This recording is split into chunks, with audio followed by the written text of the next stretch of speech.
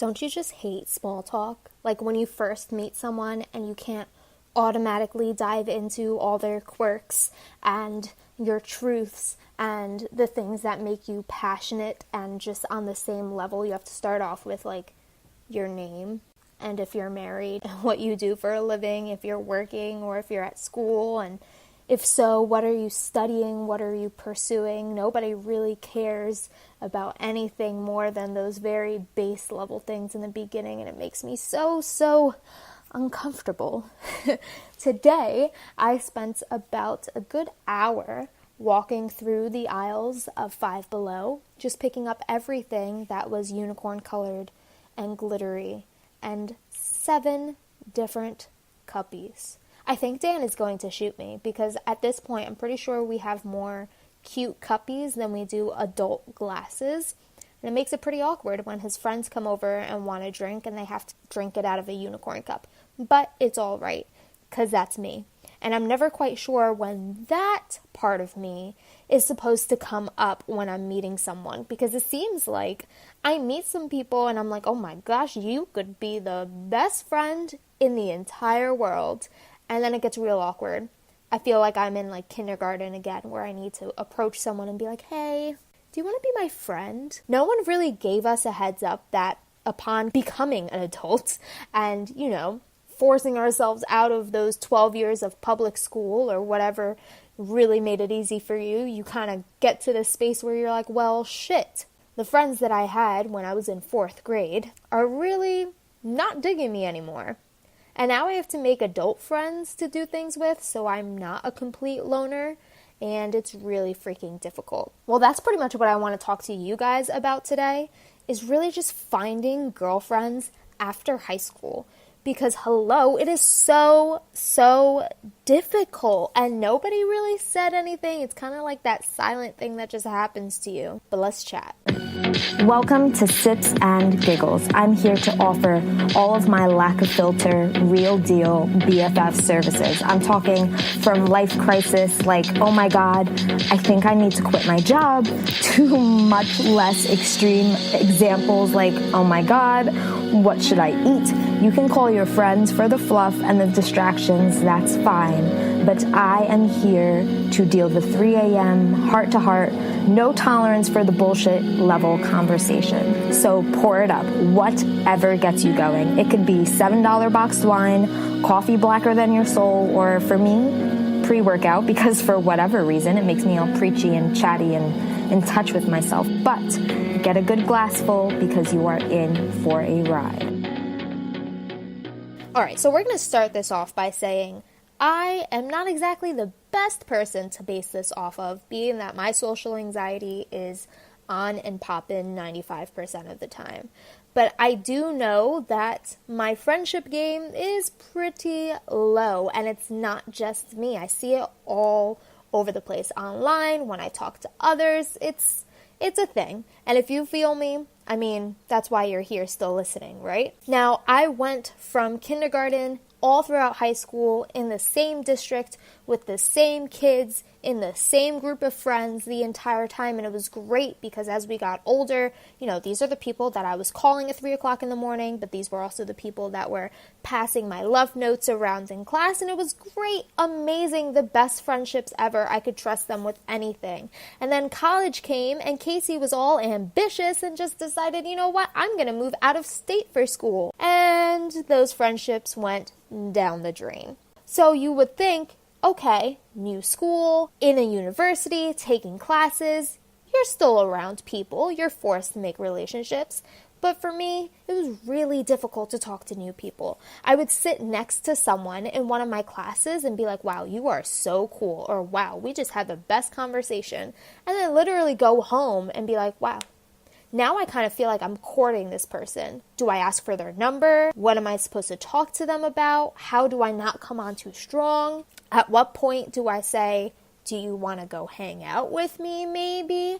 At what point is it okay to not wear so much makeup and worry about what I'm wearing? It was just all way too much.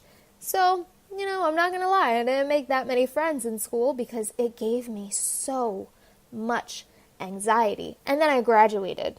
and became an official adult. And it's Memorial Day weekend, and I haven't touched a beach or a bar, so that pretty much speaks to my social life. So why is it so difficult for us to find girlfriends after high school? Why can't we just get that amazing group that you see in movies where the women now go out for wine and painting nights, because hello, envious, and have all these cooking time together, and then, I plan on getting married sometime.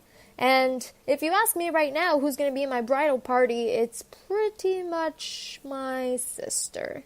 So I was pretty curious about what you guys thought was the reason why we fail so much to make other female friends. So I posted up on Facebook. I asked everyone, hey guys, why do you feel like you don't have any or as many as you would like female friends? What is getting in the way of you creating your tribe?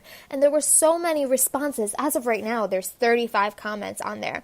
And they range from, so many people saying, I've had the same friends since kindergarten. Or, I've been friends with these women for 30 years. And it's great. And then there's posts, hello, from women saying women are backstabbers and can't be trusted. I don't quite understand that. But other ladies saying that it's nerve-wracking making new friends because they either like them so much that they try to hold back and it kind of fades out, or we get too desperate and clingy and jump into it too fast and then obviously scare people away. Some other issues that were brought up in this post that I absolutely love is just that fear of judgment from other women and that fear of starting a new relationship that you're going to have to put time and effort into, that you're not exactly going to get what you want out of it. So what I decided to do is put together just 3 really important things that we need to keep in mind when we are making these friendships with new women and when we are trying to create this tribe. The first thing, guys, gotta be so serious, drop the expectations. Release your expectations for both you and for them. Do not expect so much out of them. Do not expect that they will be calling you every day. Do not expect that the first time that you plan to go out with someone that they're going to make it. You don't know what's going on. You don't know what's happening on their side, if they are nervous, if they are busy, if they are trying to hold back a little bit, if they are honestly just really not vibing, but they said yes because they didn't want to hurt your feelings. But at the same time, drop the expectations for yourself. Do not make it so that you feel like you have to show the best version of you around these new people so that you can attract them into your life. I think a lot of the times we have really high expectations, just like in romantic relationship, in these friendships with other females, because we know what we want and we watch a lot of TV and we want that die-hard tribe. And let me tell you right now, guys, you need to let the roles in your life fill themselves. You can't find a new person, make a new friend, and expect them to just be the main character in your movie. Like, to absolutely fill every box on your checklist of what makes a best friend perfect for you. You can't expect one person to come into your life for you to vibe well with them, then expect them to be super loyal and to be there for you no matter what, and to be able to go and work out with you and to be down for brunch every Sunday and to love the same movies as you and to be down to go and travel. This is where you need to start collecting people. And it sounds a little crazy, but this is the way that you never allow for these friendships to become disappointments for you or for them, because you're not expecting the almighty best friend out of every woman that you meet in your life. You allow them to fill the roles that they have. Some women you'll see once a week. Some you'll have a really great conversation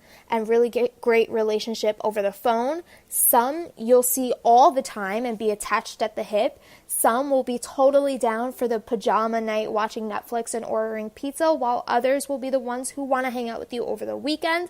Some are there to bring light into your life, while others are there to help support you and keep you accountable and really listen to you when you need to vent. Allow it to just all be open. And as you find people who fill any of those things, collect them. So you're never leaning on someone. You're never expecting some big responsibility or big chunk of responsibilities out of one person. And this, This goes for your relationship, like romantic relationship too. If you are leaning on your boyfriend or your girlfriend to be absolutely everything you need in life, to know exactly how you're feeling, why you're feeling it, and how to respond, to take all the cute pictures of you, candid and otherwise, to bring you the food that you are craving, even though you didn't say it, you cannot put all that pressure on one person. It's not fair, and you wouldn't like for it to be put on you.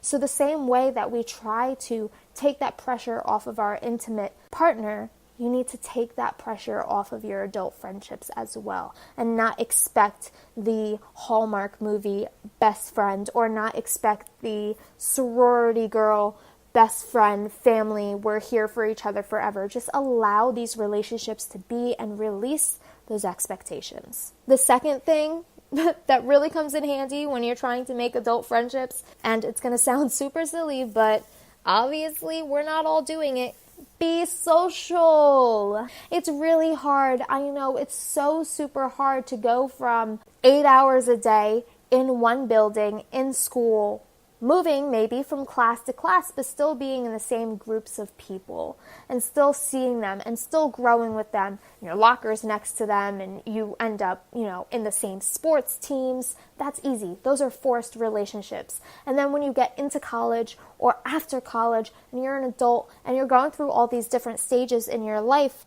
those people are not forced to be next to you for years and years anymore. You have to do that for yourself. So the first thing I have to say, you guys, is to just do the things that you're saying, I'd rather not. Every once in a while, agree to go out for that drink after work. Everybody asks you to do it. You always say, you know what, I have to do laundry when I get home, or I really need to run errands, or honestly, I really just don't feel like doing it. Give yourself that chance to be social. Worst thing that happens, you have to leave. Middle thing, you enjoy yourself for one night, you go home. Best thing, whether it's someone you work with or someone you meet while you're out, you create a new relationship that can fill one of those roles. So just allow yourself that time. It doesn't have to be every time someone asks. It doesn't have to be every Thirsty Thursday. It doesn't have to be going out for a drink, but go out and do things. Put yourself out there. If you're interested in quite possibly taking a dance class, but you're a little bit nervous, take the damn dance class. Because you never know. Maybe you, with your 2 left feet and lack of rhythm, will get along really great with the other girl in that class who has 2 left feet and no rhythm. Just allow yourself those new experiences and those new opportunities to meet new people and bring new people into your life. The other part of being social, and this one gets real awkward, and people don't like to admit to doing this, but it helps, I swear, is to put yourself out there.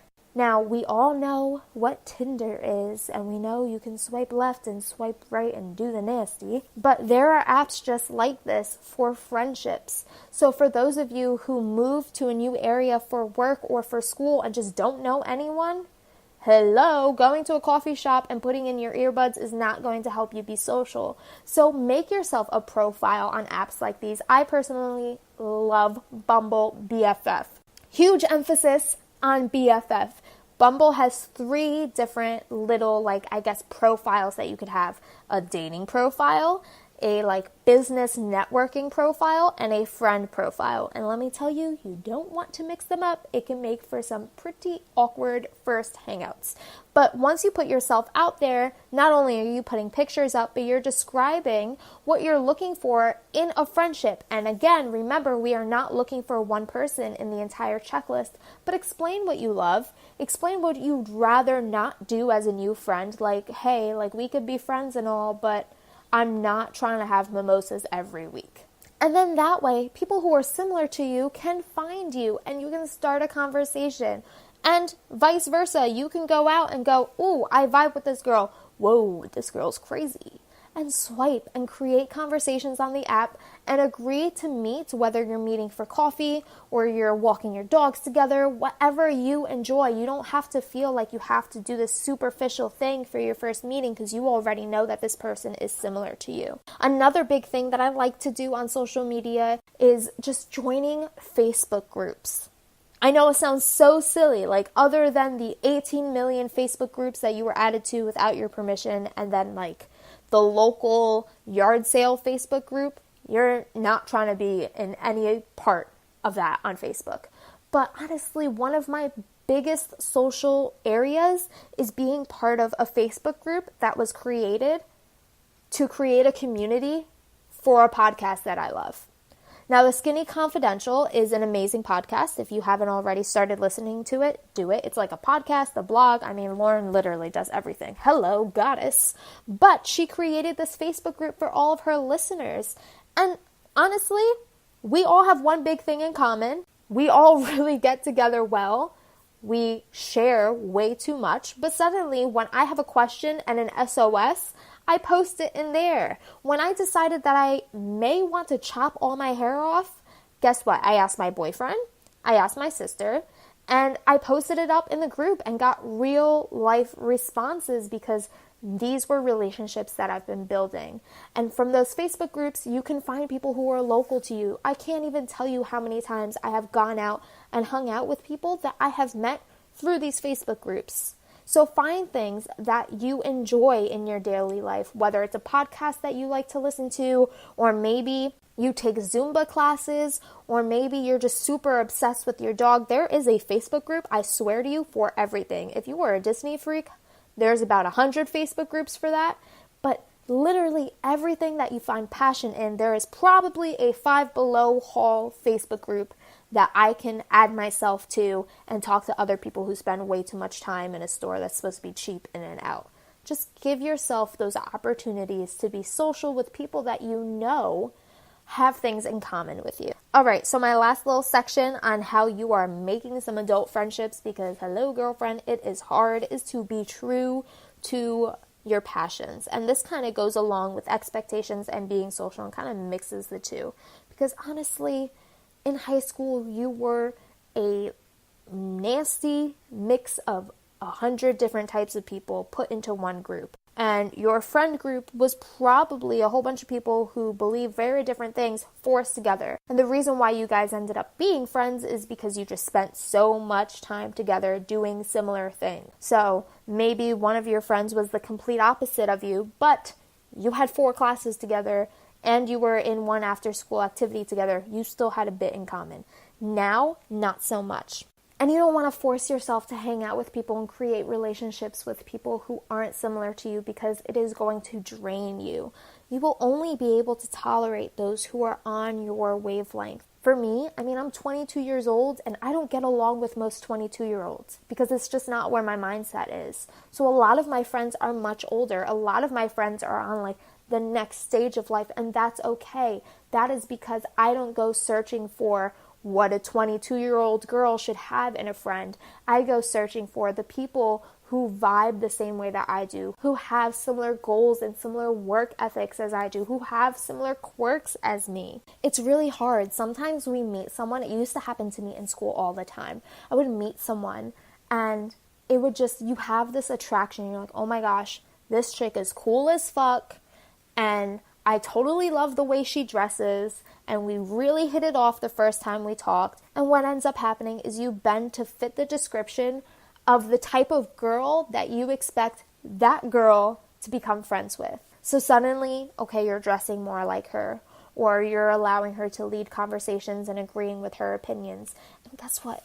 That is not fun. Do not trade authenticity for approval. You need to make sure that you stick to what makes you you. You stick to what makes you passionate. You stick to what you believe in. And don't try to mold yourself into this other person just so that it's easier for you to create those relationships. Because even if by molding yourself into something you're not creates a lasting relationship, creates a relationship that does have some of those perks that you were looking for, like someone who will talk to you at 3 o'clock in the morning or someone who will go on road trips with you, the basis and the foundation of that relationship and that friendship is just not strong enough to hold you together. It will not be enough for that relationship to feel genuine, and it's going to feel more like work. So make sure, no matter what, if you are meant to have some sort of relationship with another female, it will happen. And if you're not, you will bounce apart.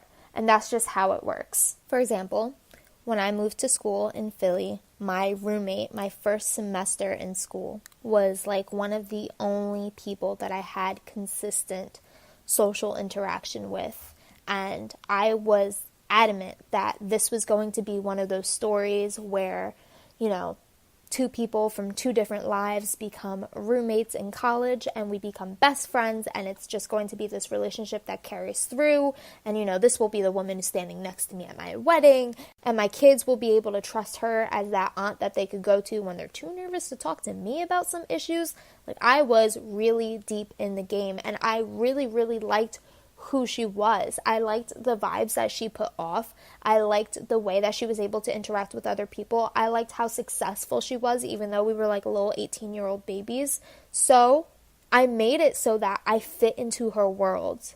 I made it so that when she wanted to go do things, I allowed myself to go do it too. And suddenly I was getting my nails done all the time, which, hello, I hate keeping up with getting my nails done. I just can't. I bite the nail polish off. I get acrylics. I rip them off. It's just not a thing. But I was getting my nails done all the time, and I was drinking margaritas, which, bleh. And I was impulse shopping at very expensive places. And she was a very verbal and expressive person. So I found that I was also complaining a lot more about things like family issues and things like my grades, which is just not me. But I was doing all of these things because I was trying to mesh myself into the person that she was so that it felt more natural for the two of us to hang out together. And you know what that was? That was exhausting. And just so you guys know, 4 years later, we are not friends. I haven't spoken to her since our freshman year. It's not like we had a huge falling out, but we moved into separate spaces and there was nothing left for us to talk about. There was no similarities anymore. So guys, just stop molding yourself so that you can fake friendships. And as I start to wrap this up, I just wanted to remind you guys that your friendships that you made before, it is okay that they no longer work. The friendships that you're making now may not last until later. You may make the very best friend of your entire life when you are 50 years old. It happens. As we grow and we enter these new stages in life, we have to learn to let go of people, let go of ideas, just grow through it. Not everyone grows at the same pace. Not everyone grows into the same ideas. And I can tell you right now, everyone in your life is meant to be in your life. But some women are only meant to be there for one conversation. Some women are only meant to be there for one chapter. Some women are only meant to be there for one big life event. And you will find other women who will be there for a lifetime. You will find other women and other friendships that pop up and then sink down and just come into the perfect places. And when they are not meant to be, they kind of settle into the background. No matter what, guys, just do not, A, force friendships or force yourself into friendships because it will hurt more than it helps. But B, do not feel like you are not capable of being social, that you are not capable of being loved by other women, that you are not capable or worthy of the love that comes from friendships. You will find it. You will cultivate these relationships. You will create these bonds with other women to do the things on your checklist that you are looking for in friendships. Just remember, do not set expectations for yourself. Do not set expectations for other women who you are meeting and hoping to become friends with.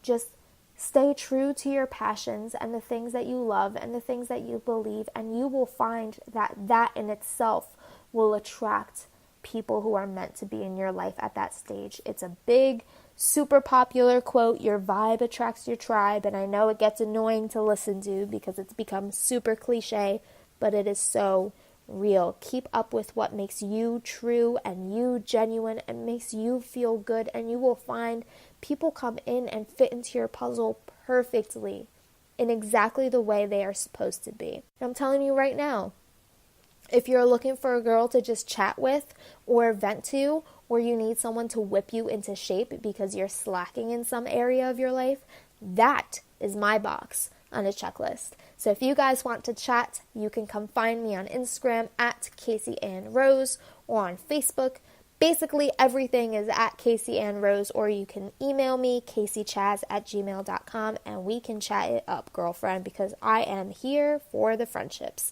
But until next time.